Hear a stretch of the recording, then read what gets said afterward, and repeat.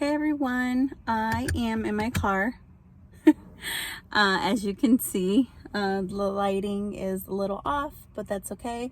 I just wanted to make this video for you guys because I promised that I was going to let you guys know what happened at the doctor's office. So, where do I begin? Today I had a baseline ultrasound at reproductive gynecology and infertility with Dr. Jane, and my appointment was at 10:30. So I expected him to do what he's done before in the past, a baseline ultrasound followed by a prescription for letrozole or Femara, because he wanted us to pursue another round of IUI. So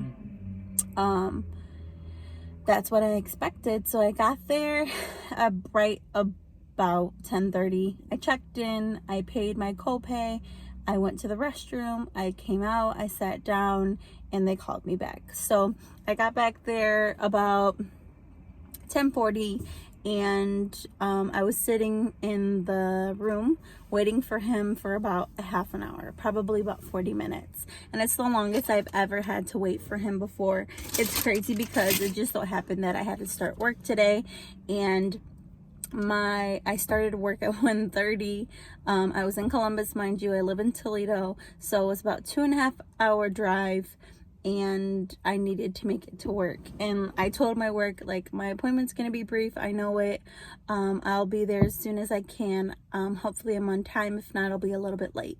And that wasn't the case. He took long this time. He got in there about 11, like I said, about 11:10. He got in there to see me, and he's like, "Hey Maria, how are you?" And he started to do the vaginal ultrasound, and he said, "I'm so sorry to make you wait. I see your bladder filled up again. That's not your fault, it's my fault." So he had me empty my bladder. I came back in. He was like, "Man, I can't find your ovary," because my right ovary's like further to the right and higher up. So he had to like apply some pressure and like hold down my stomach, my side. And it hurt, but it's worth it. All of this is worth it. So long story short, like I told you guys in the last video, I've been juicing, and a friend of mine had told me about this beet juice, 2 friends of mine, and I finally took their advice, and I started drinking this beet juice recipe. It's supposed to be good to help minimize cysts, even remove them. Like I said, I don't know what studies show or whatever. I just know my friends' experience and other people that they know. So long story short, I got in there, I was in there, and he was doing the ultrasound, and I said, "Okay, what about the cyst?" And he's like, "There's no cyst on the left side. Let me check on the right side." But that's where the cyst was. That's where my cyst was. It was on my left ovary, and it was big. Like, you couldn't miss it. Like, it was like measuring, I want to say 8 centimeters or millimeters, something like that, big. I don't know like what's big or what's more, what like makes more sense, but it was big. Anyways, you couldn't miss it. And like I said, he was talking about doing surgery to remove it before, but he didn't want to, go into that. And by the grace of God, it was gone. Like, he didn't see it. He's like, "Oh, by the way, your sister gone." And I'm like, "Oh, by the way, my sister gone." Like, that's amazing to me. Like, that's a miracle. Like, that's how I see it, because I'm a believer, and it's just amazing. Like, some people shared in my excitement, but like, I know my journey, and I know the facts, and I know what's worked for me, and I know what's not worked for me. And it's just amazing to me that my cyst is gone. Like, it's gone. It didn't shrink. It didn't, move. It's gone. Like, it's not there.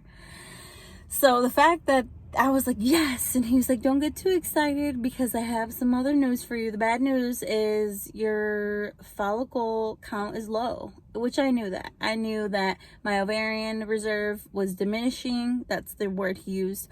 I knew that he told us, me and Adrian and I, the first time we met him, that I had a low ovarian reserve for my age, and that if we were looking to only have one kid, that IUI would be the most you know, it made sense to do that before going into IVF. Sorry, this lighting is crazy, but I'm in the car. What do you expect? I wanted to make this video because I've been gone all day, and I've been in Columbus, and then I came straight to work, and I just got off of work. It's 10:15, and I'm getting a pizza for me and my husband for dinner. And when I get home, I haven't seen him all day. I'm going to be with him. So, yeah, anyways. So he said IUI would be, you know, the best thing for us to choose before. And even he mentioned that today in this appointment. And I was like, but I mean, you even said it yourself that my chances are low. And he's like, yeah. He's like, I don't know if it's too late for IVF. Like, you're ready day 4 of your cycle. He's like, well, you want more than one child, right? And I was like, yeah. I mean, we'll take whatever, you know, to be humble, you know. But if you're asking me, I am going to want more children. I know my other, you know, friends and family that have children, one child, and they're thinking about more children. And I know we're going to be there one day.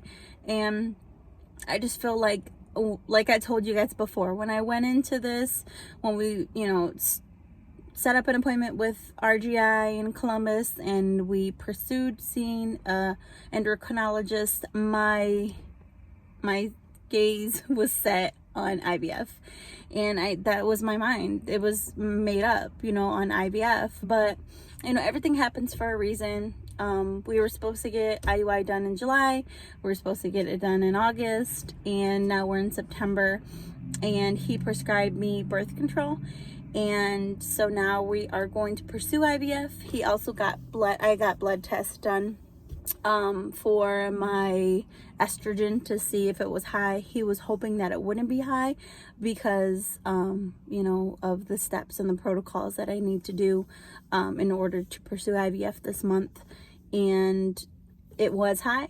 He texted me when I was already at work, and he said that he wanted me to go ahead and take 2 of the birth control pills today, and then 1 birth control pill every day following.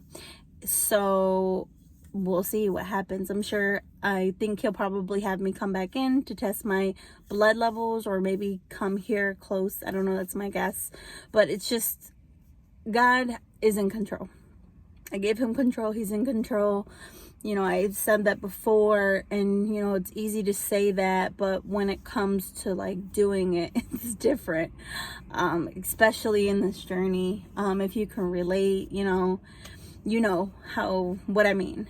But really, I know he's in control. You know, we plan, and then something happens, and our plans are, you know, crushed. So we're not planning, we're just, you know, optimistic.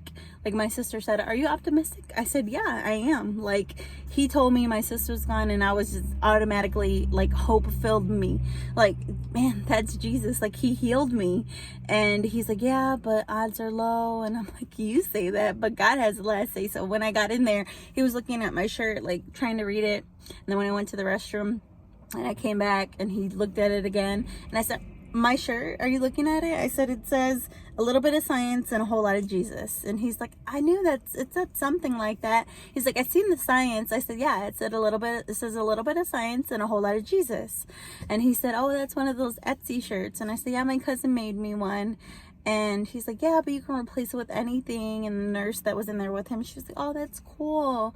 And he's like, yeah, I've seen people replace it with love and different things. And I was like, yeah, mine says Jesus. So it was just awesome, because I know that God is using us as well in this journey, for not only us, but the people around us. Like, I know it's to give him glory. Like, I know as a believer in Christ that our journey is going to give him glory, that our highs, our lows, our ups and downs, like I told you before, our ins and outs, it's all going to work together for the good of those who love God.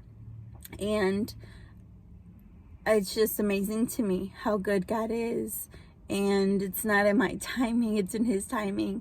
And even like being at work right now, like I worked with this girl named Alice. She's my coworker, and when I first started there, like we like clicked right away. We bonded right away, because she was trying she's been trying to conceive too. Her and her husband, they were having difficulties. She wasn't trying as and pursuing as much as I was at the time. Me and Adrian and I, and it's just like she was having problems, and I was just praying for her and just speaking life into her and telling her, like, it's gonna happen, I'm praying for you. And she would get emotional, and she was like, I don't know what I'm gonna do. And I would just encourage her, like I said, speak life into her. And like she started pursuing seeing a doctor, and she was gonna start Clomid. She started exercising and eating healthier, and she's diagnosed with PCOS. So she's just been doing all these things and just been in a good mental place, because she has a lot of anxiety, and in the past she's just like really an anxious person. But like she said, she's been in a good place and just at peace, with herself and in life.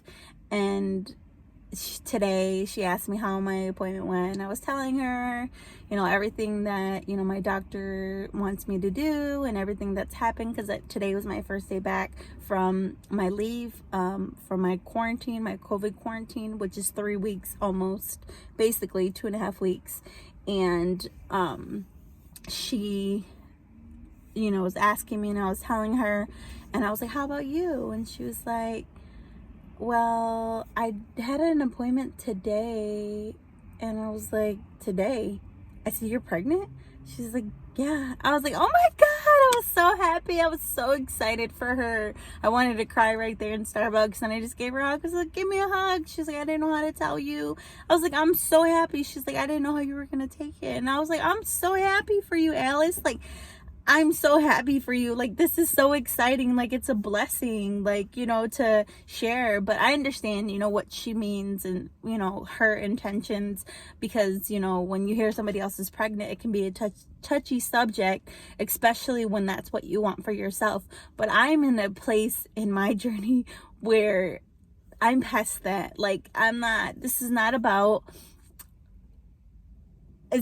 anything else but just being, just receiving the blessing, being a blessing, rejoicing in the blessing. And I'm just so happy for her. And like I said, in the beginning, to just see God's hand move in her life, and to see how he can use you no matter where you are, no matter what the circumstance may be, no matter if you don't understand why you're going through what you're going through. Like, he has so much more in store. We wouldn't have asked for this. I never would have asked to go through this, me and my husband. If you asked me 8 years ago, if I would be willing to go through this, I would tell you no. But the blessing that comes out of your life, the relationships that are created, the things that God shows you, it's such a blessing. It's been a blessing in disguise, and I'm just embracing this journey. I'm sorry I'm crying, but it's just so exciting. Like, I felt like I wanted to burst, and I wanted to tell the world how good God was, and how he is, how good God is, and what happened to me. And some of the people I shared the news with weren't as ecstatic as I expected, but I was just like, oh my God, like, did you hear me? Like, my sister's gone. Like, that's a miracle to me. That's a healing. That's Jesus, and I know my babies are coming, and it's just, I don't know, like, it's so much I can't explain. But I'm just, happy. I'm at a place of peace and rest in my heart. I have peace and rest in my heart. I'm so excited for what God is doing, for who he is, for how he's moving. And I just wanted to update you guys that, Bee Juice did work for me. I know it was God, it was Jesus, but my friend, the second friend I told you about, was led by the Holy Spirit, I believe, to tell me again, about the juice. They didn't know that I knew about it before, but they, were led to tell me about it. And like I said, this journey could be a touchy subject, people, talking to you about, what to do, what not to do. It can be touchy, and a lot of people know that, and some people don't know that, which is okay. They don't, they just don't know. But this friend of mine, knew that it was touchy, but they still told me. And I told them today, like, I shared the news with them today, and I was like, guess what? And they're like, what? And they were like, good news? I was like, yes, good news, great news. And I thought about you and, you know, your husband when when this happened to me. And they're like, what? And I was like, I went to the doctor's today and my cyst is gone. And they're like, wow, like, that's awesome. That's great news. I was like, I know, like, and they're like, God gets all the glory. And I said, he does, but God used you. Like, thank you. Thank you for your simple obedience. Simple obedience. That's all they had to do, was just obey and just do. And I'm so grateful and I'm so thankful. And like I said, beet juice, prayer, listening to the Holy Spirit, it worked. And, it's just amazing. I'm just in awe. And I was at work and I just wanted to just burst with joy. But I couldn't. I mean, I was talking to my coworkers a little bit about it, but it's just different. I wanted to come on here and make a video for you guys and just tell you guys the good news. And we'll see what happens from here. As of now, we are starting IVF. We're skipping IUI and we're going straight into IVF, praying that we get all our children. So thank you for your prayers. Thank you for praying with me and Adrian, for me and Adrian. Thank you for your encouraging words. And that's it. All right, let me get off here and stop crying. But until next time, I'll keep you guys updated. Love you guys. God bless you. Good night.